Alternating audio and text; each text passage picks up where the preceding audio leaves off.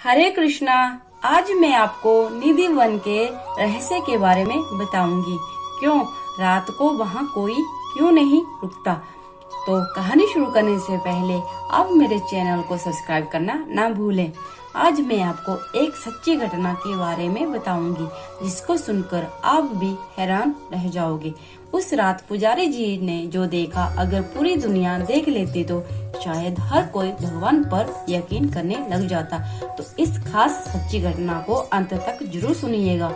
मैं आशा करती हूँ इसे सुनने के बाद आप भी भगवान के आगे नतमस्तक हो जाएंगे।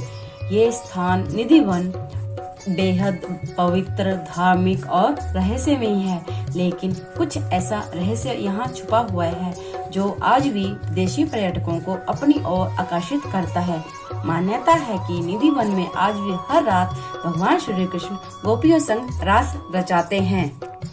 यही कारण है कि सुबह मंदिर खुलने से पहले यानी कि निधि वन की संध्या आरती के पश्चात मंदिर को बंद कर दिया जाता है और सुबह जब तक मंदिर नहीं खुलता तब तक उसे बंद रखा जाता है और साथ ही उसके बाद वहाँ कोई नहीं रुकता। यहाँ तक कि निधि वन में दिन में रहने वाले पक्षी भी संध्या होते ही निधि वन को छोड़ देते हैं। क्या है इसके पीछे की कहानी, चलिए आपको ये भी बताती हूँ। कुछ वर्ष पूर्व एक ऐसा ही वाक्य हुआ था। जयपुर से आया कृष्ण भक्त रासलीला देखने के लिए निधि वन में छुपकर बैठ गया। जब सुबह निधि वन के गेट खोले गए तो वह बेहोश अवस्था में वह प्राणी मिला। उसका मानसिक संतुलन पूरी तरह बिगड़ चुका था।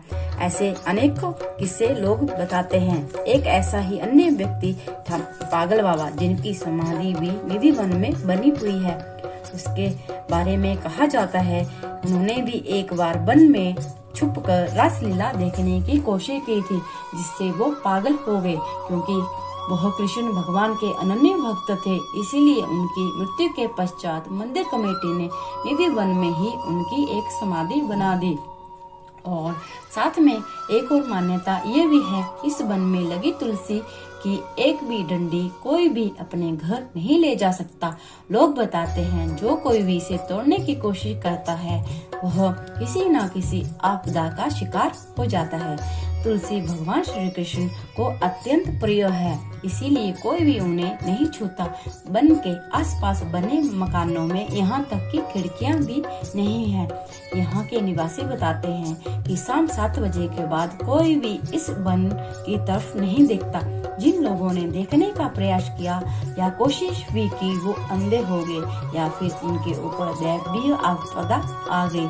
जिन मकानों में खिड़कियाँ भी हैं उनके घरों के लोग 7 बजे के बाद मंदिर की आरती का घंटा बजते ही उन खास खिड़कियों को बंद कर देते हैं। कुछ लोगों ने तो अपनी खिड़कियों को ईंटों से भी बंद करवा दिया। निधि वन के अंदर ही रंग महल के बारे में मान्यता है। उसके बारे में कहा जाता है कि रोज रात को यहाँ राधा और कन्हैया यानी कि भगवान श्री कृष्ण आकर रास रचाते हैं। रंग महल में राधा और कन्हैया के लिए रखे गए चंदन की पलंग को शाम 7 बजे से पहले ही सजा दिया जाता है। पलंग के बगल में एक लोटा पानी और राधा जी के श्रृंगार का सामान और दातुन संग पान भी रख दिया जाता है। सुबह 5 बजे जब रंगमहल का पट खोला जाता है तो बिस्तर अस्त व्यस्त, लोटे का पानी खाली, दातुन चबाई हुई और पान खाया हुआ मिलता है। राजमहल में भक्त केवल श्रृंगार का सामान ही चढ़ाते हैं और प्रसाद में उन्हें श्रृंगार का सामान ही दिया जाता है। कहते हैं निधि वन में जितने भी पेड़ पौधे और आपको दिखाई देंगे वो सारे की सारी 16,000 गोपियां हैं जो भगवान श्री कृष्ण के साथ रास रचाती हैं। इसीलिए यहाँ पर किसी भी प्राणी का घुसना मना है। कहते हैं एक बार पुजारी जी ने घुसने का प्रयास किया था, उसके बाद वो अगले दिन बेहोश हालत में मिले। उसके बाद मंदिर की कमेटी द्वारा उसकी खास समाधि यानी कि निधि वन में ही बना दी गई, ताकि वहाँ सबको ये बता सके कि आखिर किस तरह रासलीला देखने पर आपके साथ ये भी हो सकता है। तो आप निधि वन जरूर जाएं, लेकिन 7 बजे के बाद और सुबह 7 बजे से पहले यानी संध्या आरती से पहले और आपको निकलना होगा, अन्यथा आपके साथ कुछ भी हो सकता है।